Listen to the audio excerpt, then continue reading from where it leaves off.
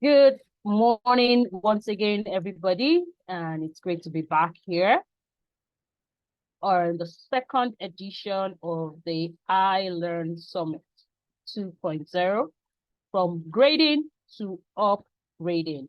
And I want to say welcome to everyone. And I believe we had a great time during the short break, checking out on the children within our care and ensuring that everything is in good shape.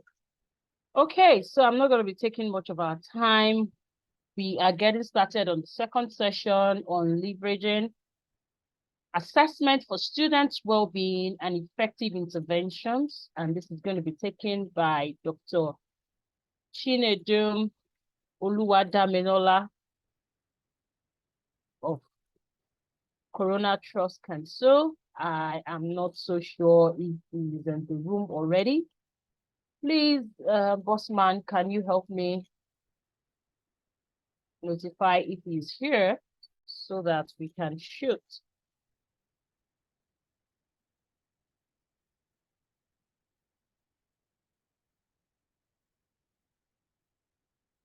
Okay, so I'm going to just quickly read her profile before bringing her up. She is passionate about education, especially teacher education, and she's a dedicated education professional with a strong passion for teacher training, development, and policy formulation, with a proven track record in curriculum design,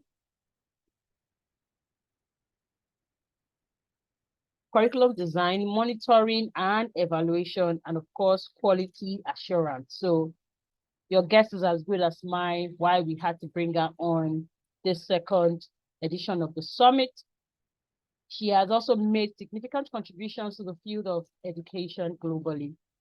As a valued faculty member at a teacher's college, she played an integral role in developing the college teachers training curriculum that is used today.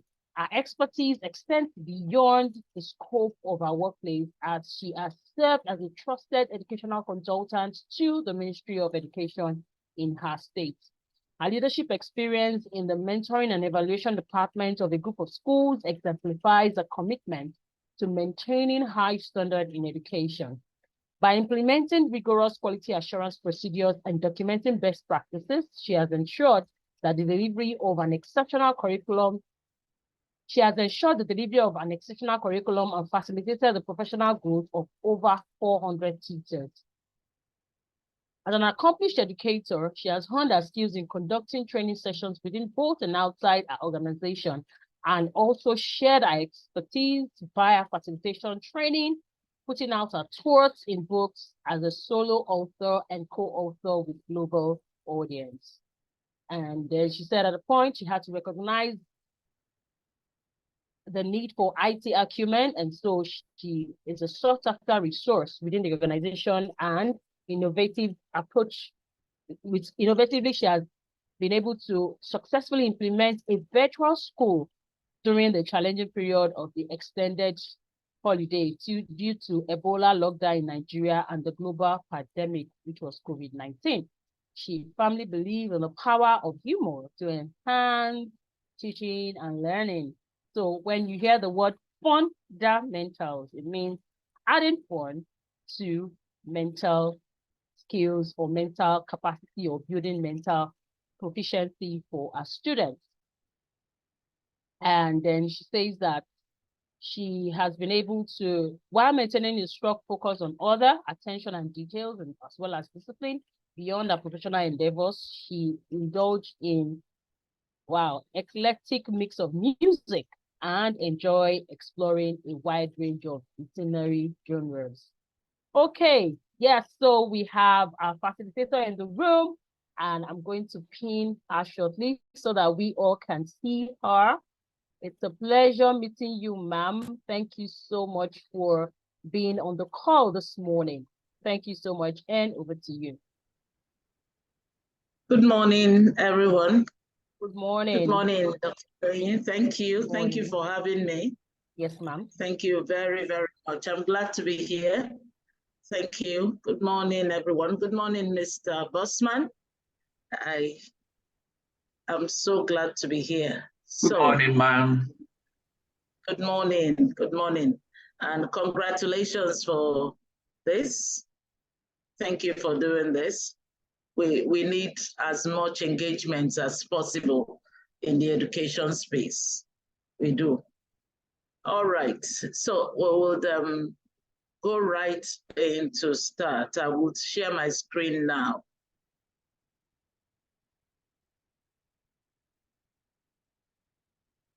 Just a minute. Oh, shit.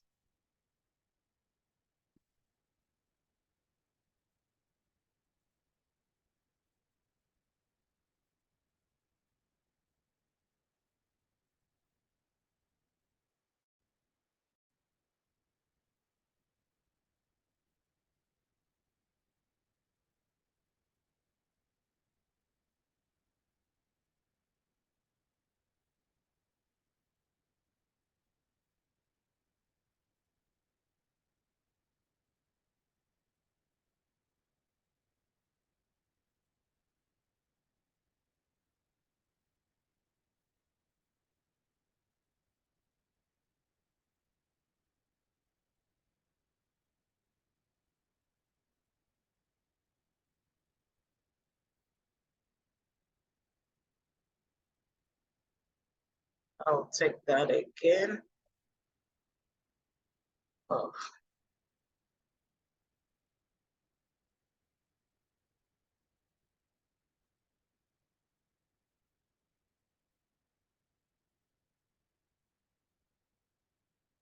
So this morning we'll be talking about assessments, and assessment is something that anyone who is a teacher has had to do at one time or the other. And assessments come in so many ways. But as we would say in education, if you're not assessing, then you have not taught. So every one of us has had to assess at one point or the other. Please tell me what you can see. Yeah, I think. Story, please tell me what you can see. I can see your documents folder. Application 23. That's not what I'm seeing. That's what we can see here. Oh my word. Okay. I've been battling with network this morning, but what I'm seeing is my slides. Just tell me once you see this. You may want to stop share and reshare. And do it again, right? Okay. Yes, please. I'll stop share. All okay. Right. I'll take it again. Yes. Okay.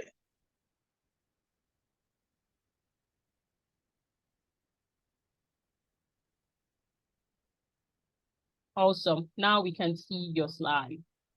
Oh, thank you. So you may want to enlarge. Makes me feel better. Beautiful. Fantastic. We are great. Good to go. Great. Okay. All right.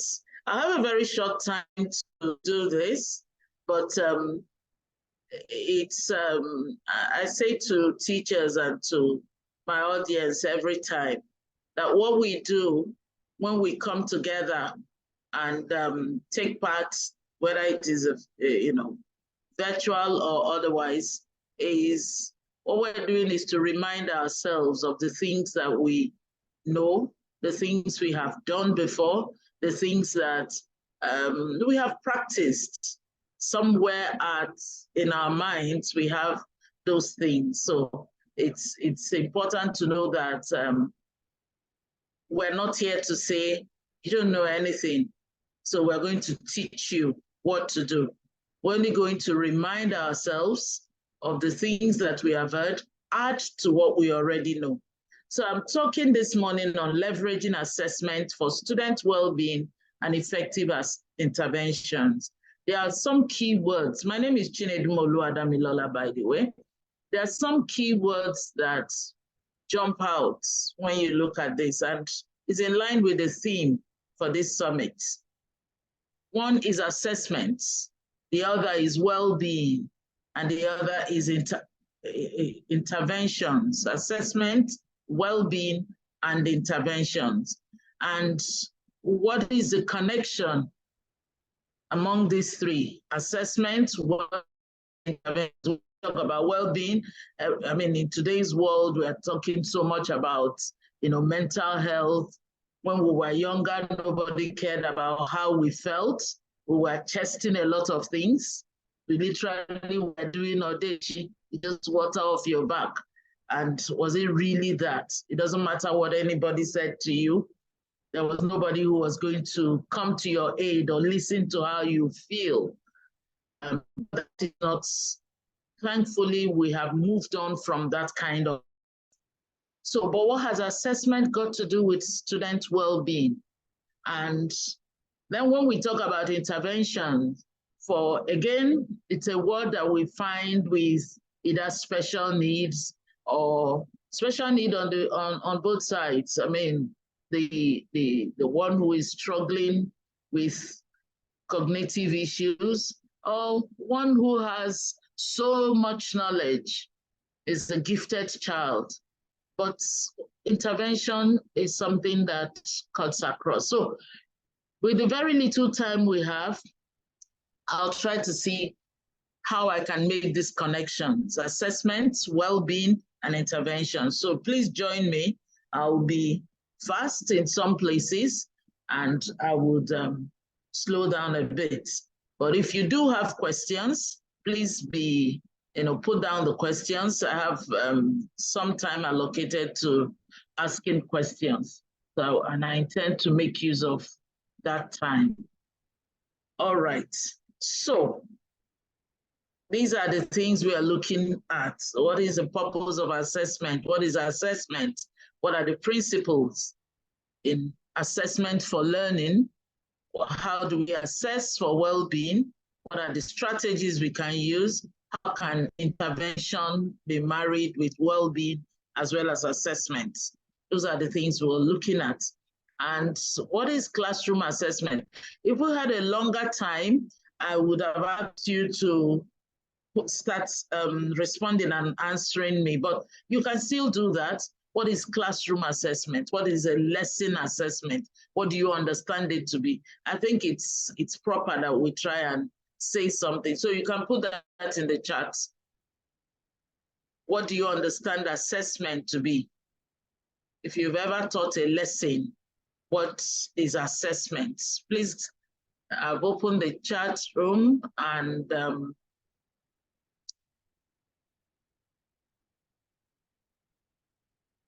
so please give me answers.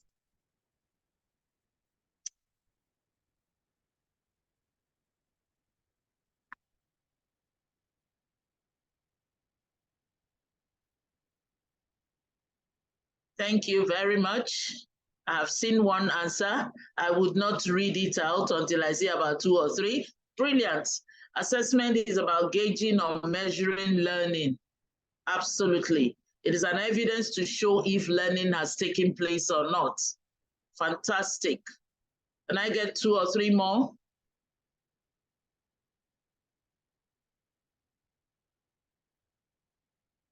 If this was physical, I would have gifts to give out, like chocolates, but you won't get any.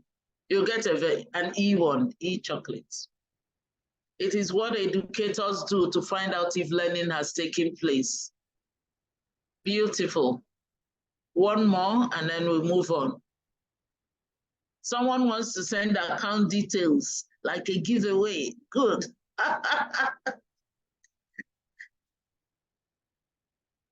When the dollar becomes 200, we'll do giveaway.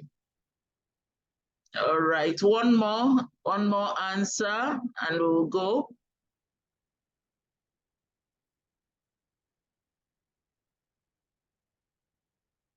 I need to get one more, please. I'll start calling names. And now I'm a teacher.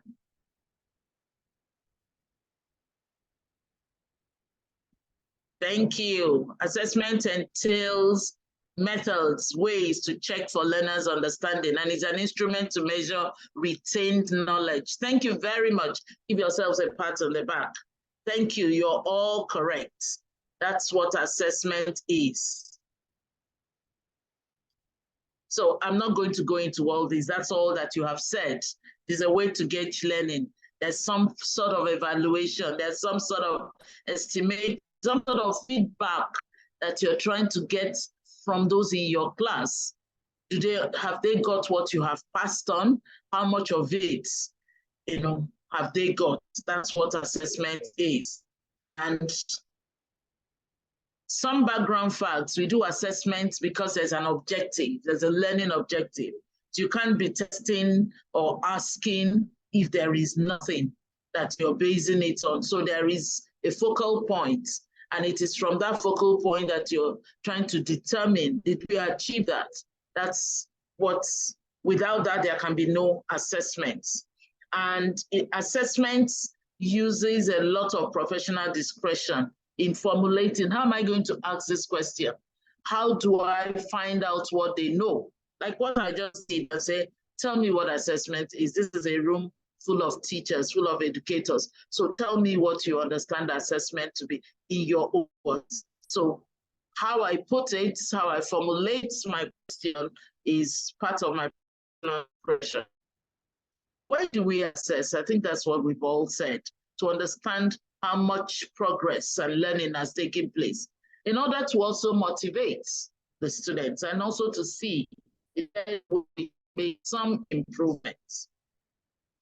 Now, these are just basic facts, and some of these basic facts that I will be talking about is types of assessment. Again, this is, teaching 101. There are many types of assessments.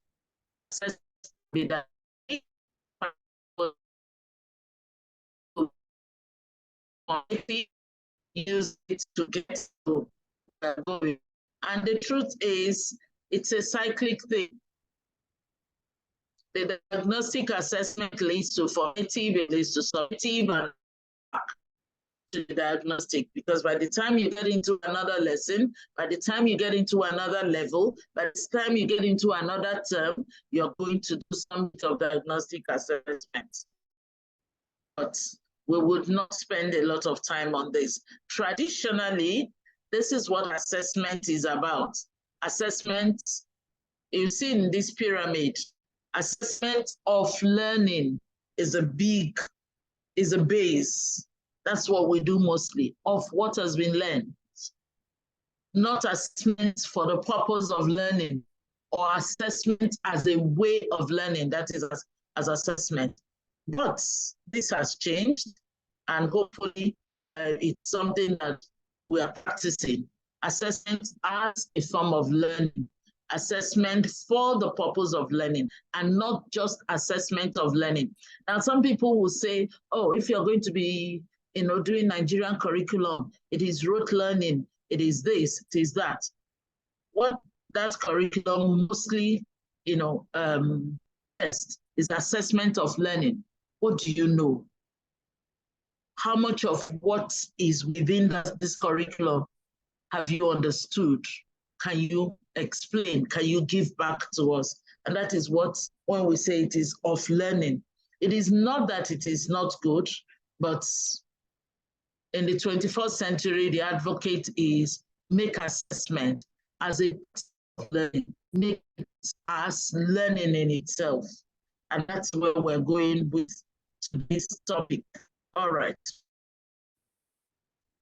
So there are some principles of assessment for learning. My topic is based on assessment for learning. And that's what I'm concentrating on. But I mean, actually interlacing it with assessment as a way of learning. So there's some principles for this. assessment of learning, assessment for learning is something that be ongoing. The idea of, if you went to school like I did, I'm an old person. If you went to school, if you went to the university maybe in the 80s or 70s, I went to the 80s or 70s, there's something that was called then as Almighty June. They give you literally, and then Almighty June comes. And you're supposed to remember everything. Remember what? No breaks, there were no disruptions. So you get into school in September and you go for classes, you do term papers, you do all kinds of things, and you get to Almighty June. And as you can well imagine, many people broke down because of Almighty June. Almighty June had nothing to do with well-being of anybody. You just look forward to Almighty June. So if you're someone who does not, who doesn't have a strong constitution of that time to be able to withstand the pressure, all the anxiety, you break down. And that's it. Well, there was one nice thing. You come back in August, go back to school in August and take that. But if not, you have to retake the year. So it's not an ongoing formative thing. It did not have anybody's well-being at heart. It was Almighty. It was Almighty. Of course, the students that gave it the name Almighty June. So, but that's not what an assessment that seeks to have some form of, well-being of the learner at heart. And by the way, for those who don't know, that's what I said. Some part of it has CAS, continuous assessment, scores for senior secondary. So if you're registering students for that, you send in their scores for SS1, for SS2, because a percentage of their final grade comes from that. So some sort of, ongoing assessment. It focuses on an objective and some clear criteria. It involves students, and it's meant to provide timely and constructive feedback. And that's where intervention comes in. Timely and constructive feedback. And we would mention that as possible.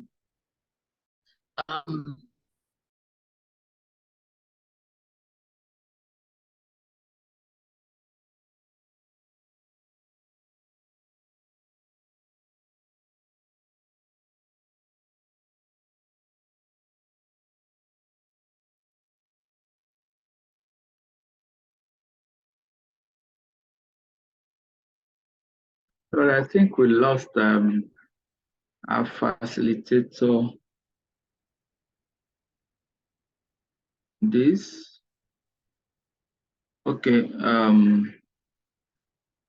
Dr. Oluwadamilola is still on the call, though I think our audio is off. Okay, she's back on.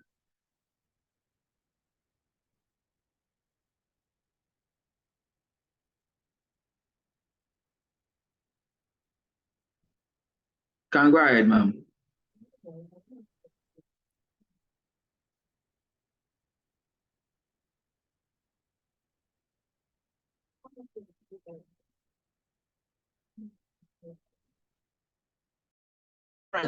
You can hear me.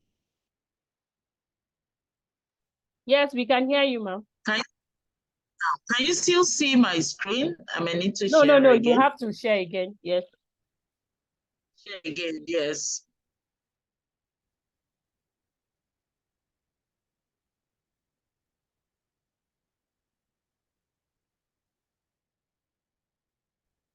Okay.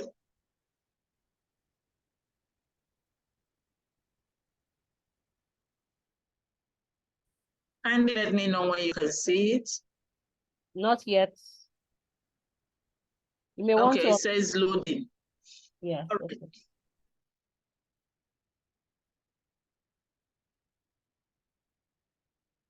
Oh, I guess she's gone again.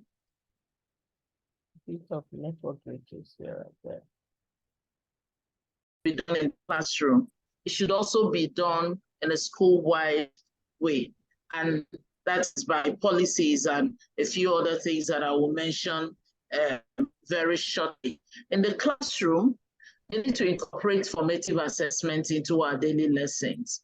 We shouldn't wait until CA week or wait until Friday or wait until midterm assessments. It should be something that we do as we teach. Just take a pause and say, and find out, get some sort of feedback. A lot of times, it's not that we don't know these things, but it's just that in the heat of, having a lesson and teaching and running for time, we don't usually do this. Just a little thing such as write an answer or repeat what I have said or explain what you understand. That is part of assessments, on a daily basis. And when we talk about well-being, there's something about assessment that I encourage teachers to do. Don't ask the very difficult questions to a child, to a learner that is struggling. That is going to, it's like it gives that child, that learner, that student a mental block.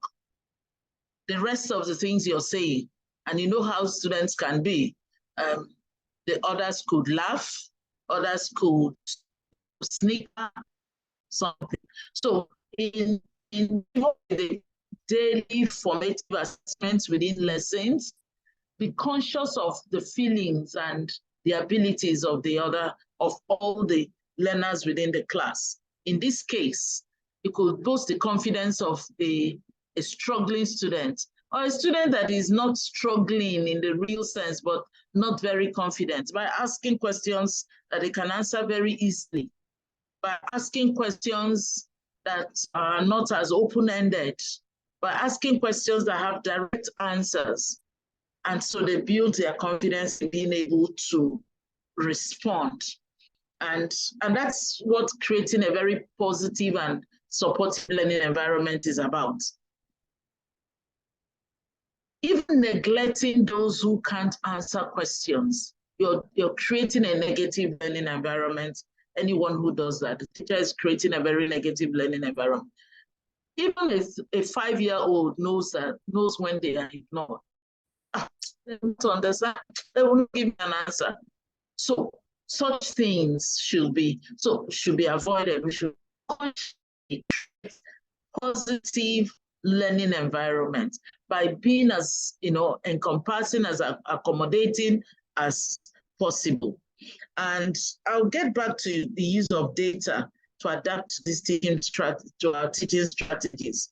As some of this data could be, mostly written, but sometimes our data is more like anecdotal records. You know what is happening, especially if you teach them all the time. Maybe you're a form tutor, maybe you're a class teacher, maybe you're a subject teacher that, you know these students, you understand them. Some of your data could simply be anecdotal. You know when they're ready to give you good answers, you know when they're ready to be participatory, you know when. So we should just do a lot of that. And that's part of the classroom implementation.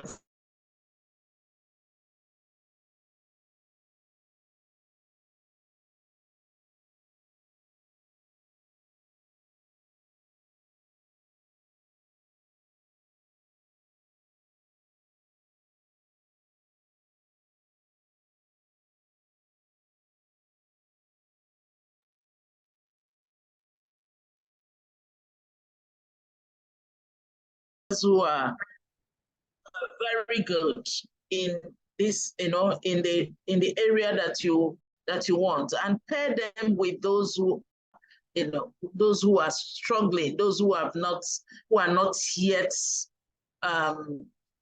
very proficient, so that they are learning because some teachers will not go to someone to find out.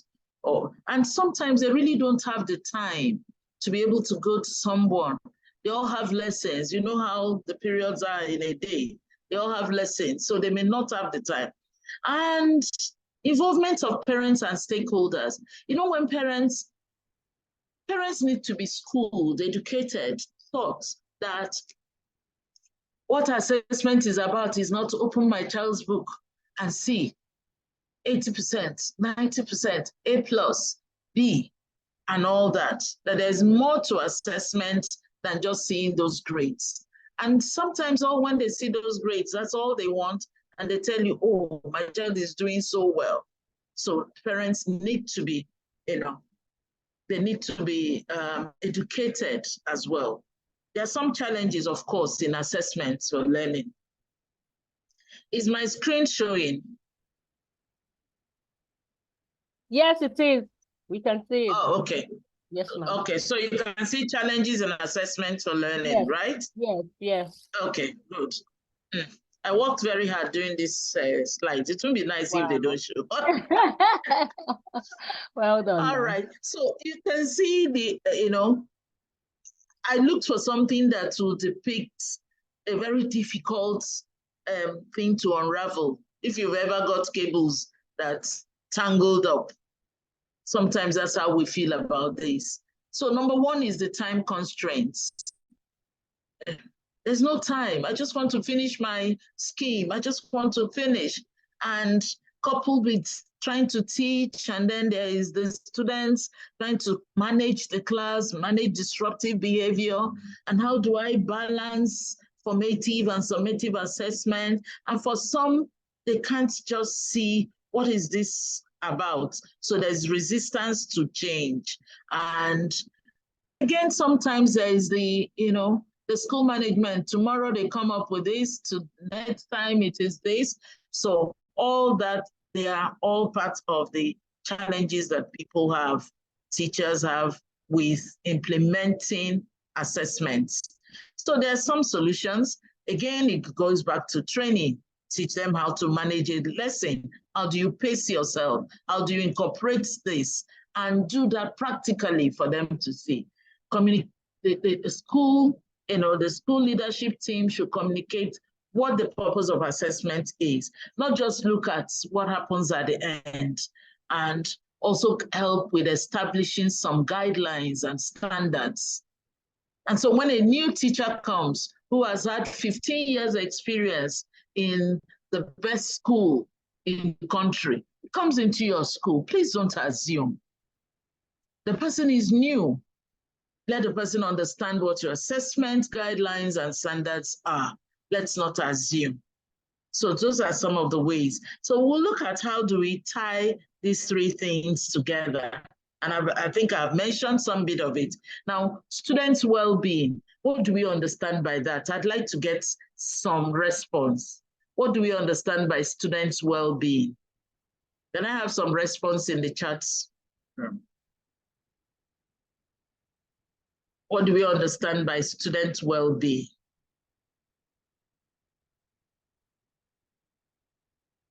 And yourself some e-chocolates. Answer.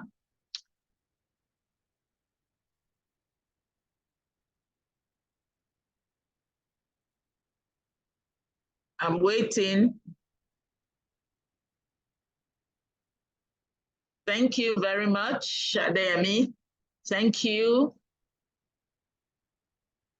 Mental health, great state of mind and emotional balance. I like that. And I get more responses. What do we understand by student well-being? Please type, please type.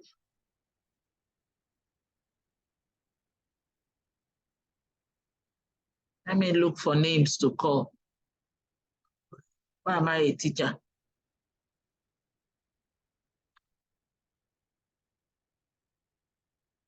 Ah, there are two Agneses here. Agnes Majekodumi, Agnes Simbo. Please give me answers. Kasmir. Ha. Please, I need a PhD answer. Dr. Kasmia Ekwerike. Doreen, please give me answers, please. Encourage me.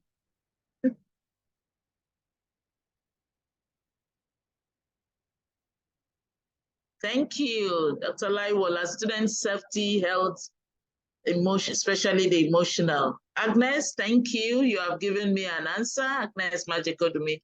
Your learning strengths and weaknesses. Thank you. Emotional, intellectual, physical wellness. Thank you very much. Please receive your e-chocolates, please. I hope you have received the e-chocolates. Inner state of the mind, emotional well-being and safety. Thank you very much. You are all correct and more, much more than what I saw. It refers to their physiological, intellectual, emotional, physical, spiritual wellness. And so you're correct, all the things you have said. What, psychologically, they feel good, they are in order. Emotionally, they do not feel threatened or not feel safe in your class. Physically, they are fine. That is what, student well-being is about. And academic success is linked to it. A student, a learner, a child who isn't feeling good, who enters a class and feels threatened and feels, oh, the teacher doesn't like me, or the teacher thinks I'm dumb, is not going to even be able to learn. It matters because a positive school environment fosters student growth. If all you talk about is the top 3 in the school, and any other person who is not in the top 3 or top 10, it doesn't get mentioned, even if that student is the best athlete or the best singer, as long as that student is not an A student. We have a way, schools have a way of making such students not feel good. So they get into class and just, what's the point? So it's important that we look at these things. And when we are talking about, it's important that we gather the data on how they feel, I mean, I have stories and stories about these things. I know a student who once, for more than 2 years, was always going to the school clinic. Every other time he's going to the school clinic until, of course, he wasn't doing well, but he was also always with a headache, with a stomach ache, he gets treated, but not enough to be out of school until we discovered what he could do. There was simply an IT guru, and that was it. That stopped. For the remaining 4 years of school, he didn't have any medical issues because he became a very important person in school. So it's understanding what their needs are and leveraging on their areas of strength. Someone wrote that as what well-being is about, and understanding their strengths as well as their weaknesses. Now, making sense of assessment data. I have a very, I feel very strongly about this. And why I feel strongly about it is the traditional thing we do in our schools, we just keep the records, they did CA test, we record, they did homework, we record, classwork, we record. But what do we do with those records? Aside from at the end of the term, we tally it and we give the grades. And we say, oh, we don't give positions in the school. But what have we done with the assessment? A student could be an A student, makes an average of between 85 and 95. And suddenly this student is making 80, struggling to make an 80. And nobody is noticing. Nobody is seeing because the student is still passing very well. So we need, and when we do that, we are not being cognizant of the well-being of this student and finding a way to intervene. Remember at the beginning, I said intervention, we usually come with intervention when we talk about those students who have cognitive challenges. But a student who typically will make a 90, who is making a 75 or an 80 over a period of time is a cause for concern. And that's why we need to analyze the data, identify trends and patterns, find out what is happening, find out why, try and observe what is going on with this. The students could have, something could even be happening from home. The student could even become very conscious of himself or herself. The student could have been kicked out of a football, the football team or the basketball team. A student could have become, for girls, thinks that she's too fat or too thin or not tall enough or too tall. And so teacher sits in class talking, teaching. The head is somewhere else. So we need to identify trends and patterns and know where the student may require, some sort of support, and using that kind of data-driven decision-making to ask for interventions. And the intervention could just be talk. It could just be reassurance. It could just be find something the student is doing well. And it could also be actual intervention of reteaching those topics. So looking quickly at interventions, knowing that we have not much time, I think those are the things that I have mentioned now. Creating a safe environment where the student's overall well-being can be nurtured. If the student has a mentor, you may not talk to the student directly. You may mention to the mentor, in the last 2 assessments I did in class, in my classwork, in the last 2 lessons, Chinedum did not participate. Her answers were off the mark. She did not turn in her assignments on time. You may want to take a look. You may want to find out what's going on with her. So just to be able to help them. Intervention is not always, let us create an IEP for the students. Let us take the students for counseling. These are things we discuss with, colleagues. So intervention could be, that is what I was just talking about. It could be counseling, it could be referrals, it could be some sort of academic support, which is the one we do a lot. I mean, one-on-one tutorials. They need to reteach that topic. But what if that is not the problem? It's also good if that is a problem. It could be small group tutorials. You could get a couple of students and say, work together, like some sort of peer tutorials or some large group tutorials. So, but we shouldn't leave it only for those we think are not, doing, they're generally classified as, oh, they're not so good, so we need to give them support. Every student needs support. And those are the things I have talked about here. Train the teachers to recognize signs of distress. Train the teachers to recognize signs of distress.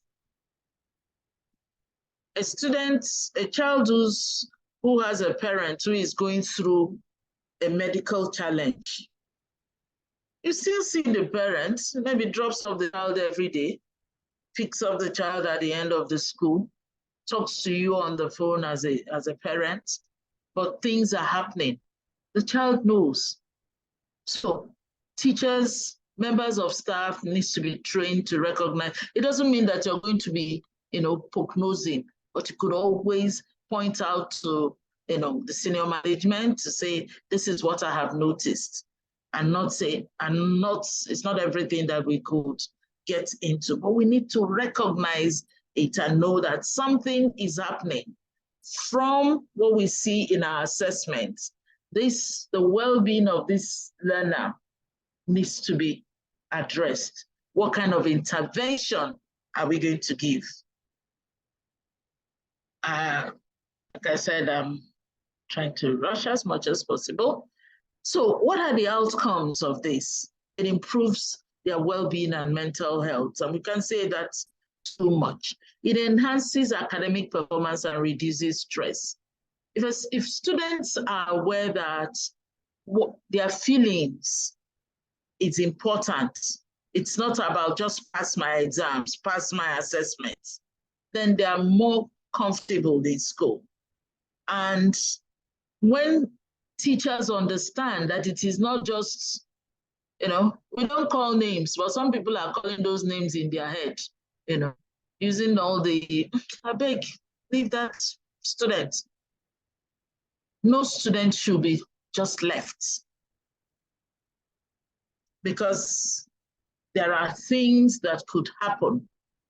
And the truth of the matter is that in today's world, most children are not as resilient as in the days before. We're all products of our environment, of our society.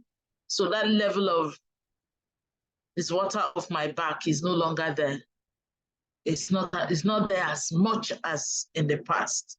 So we as educators, we as teachers, we as those who work in schools, we need to change our orientation. We need to change how we look at things. We need to go from just recording all the scores to finding out what is behind the scores.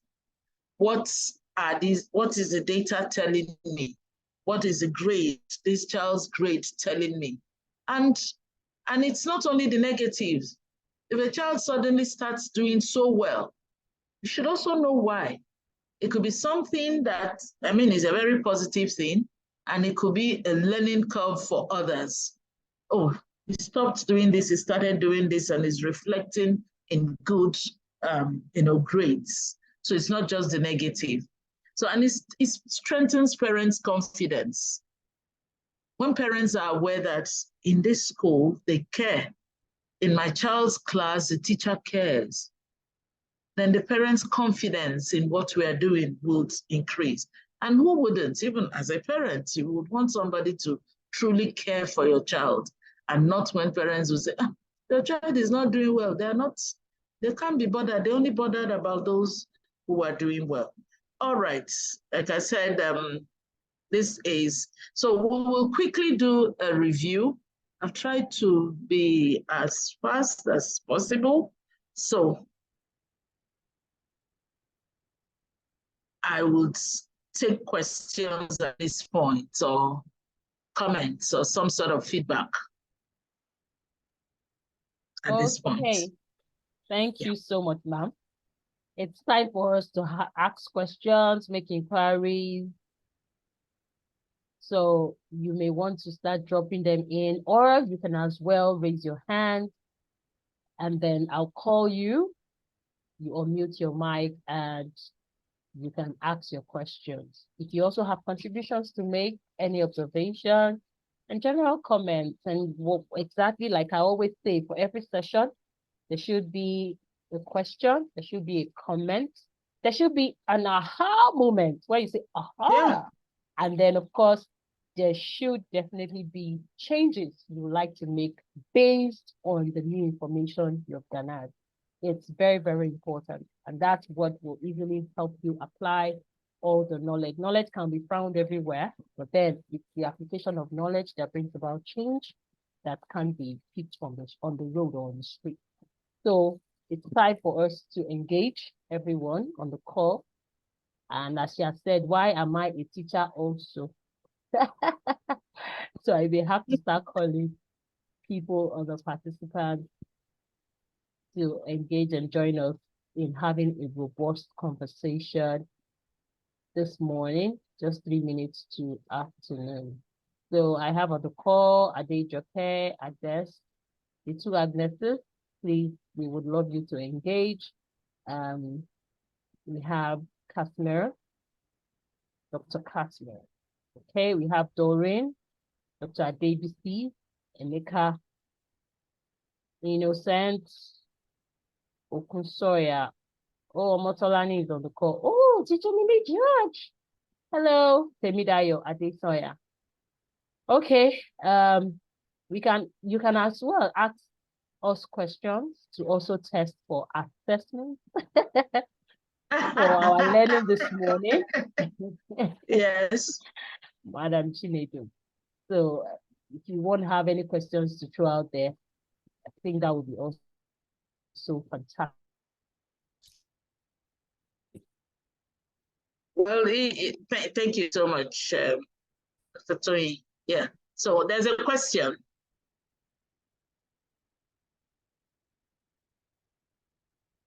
I'll read out the question. It says, Ma, how do we handle a parent that the child is coming to school for the first time and the child falls sick? The blame on the class teacher?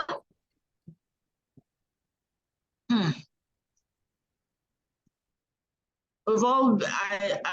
assuming we've all been in class. It can't be an assumption, because even if you have not taught, you have been taught in a class. So the child comes to school for the first time and falls ill. Who is to be blamed? The other question is, how do you think standardized testing can be unfair to learners, if you think so? Okay. All right. So you may want to take the questions again. I got thrown out. Okay. How do we handle a parent that the child is coming to school for the first time and the child falls sick? The blame on the class teacher?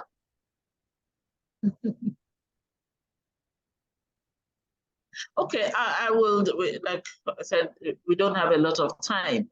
Okay. Now, I'm assuming that this is a child in elementary school, in primary school, or, and the child falls ill, came to school for the first time, maybe hasn't been leaving home, leaves home.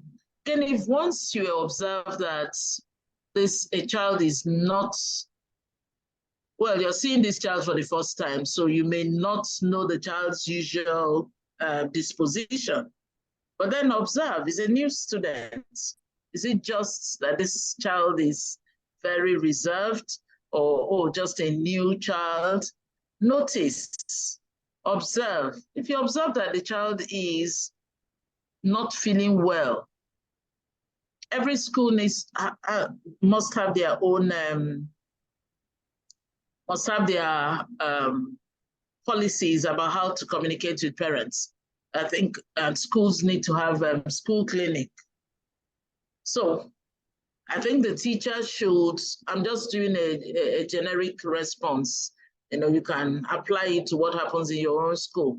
This person needs to tell whoever is in charge of that year group is important, maybe the year tutor or a level head or whatever needs to know, not just that class teacher. The clinic needs to know. And depending on who the school authorizes to pass that information to the parents need to be told. And whatever first aid has been given. If a child is running a temperature, most schools would give a little analgesic and let the parents know. And of course, get the child out of class. But that has to be done. That has to be done. I don't think the teacher should keep it to herself or skip it and say, well, I'm not so sure what to do. If nothing is done, if the teacher doesn't do anything, then I think the parents will blame the class teacher. That's where the blame should come. Someone asked about standardized testing. Can it be unfair to learners? I read something about this kind of question, honestly, a couple of days ago. And the response someone gave is,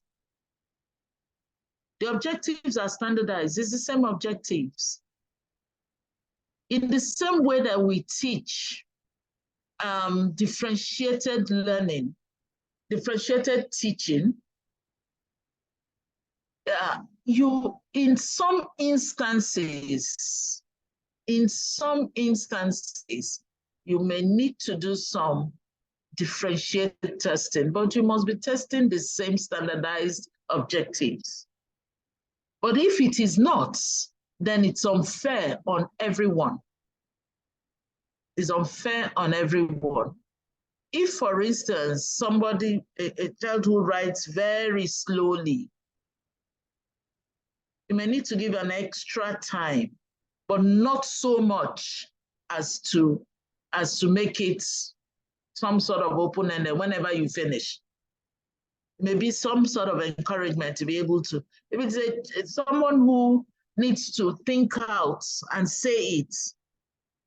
So say what you want to write, and he says it, and then so please write. But we can't also be do it in such a way that it is not meeting the objectives of that learning. There's a whole lot of of teaching that goes into whether standardized testing is unfair to learners. At the end of the day, whether you do standardized testing for everyone in the class or not, they will eventually meet the same kind of testing. It may be under different conditions, but they will meet the same kind of testing somewhere in their academic journey. I like that we're making obvious the fact that it is, yes. Sorry, a minute, ma'am. Can you stop sharing so that we can? Oh, okay, okay, yes, please. We can concentrate. Yeah, sure. Yes, I have stopped. Thank you. Okay. Okay, I was reading out another question. Just a minute.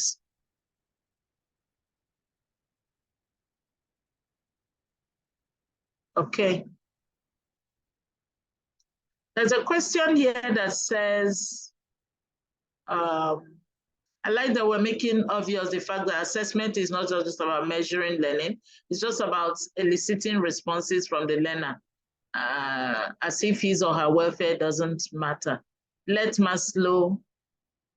Maslow before we bloom taxonomically. I like that. the needs of the learners before we start talking about their level of learning. Thank you very much. Assessment cuts across the 3 domains of learning. I agree. Thank you, Dr. Toyin. Dr. Ekwerike says, it's good you talked about the general well-being of the students. Given that when we talk about the individual differences, our areas of focus are on aptitude, motivation, and learning styles. How can assessment be more humanistic to incorporate all these areas? Yeah, I touched on that a little.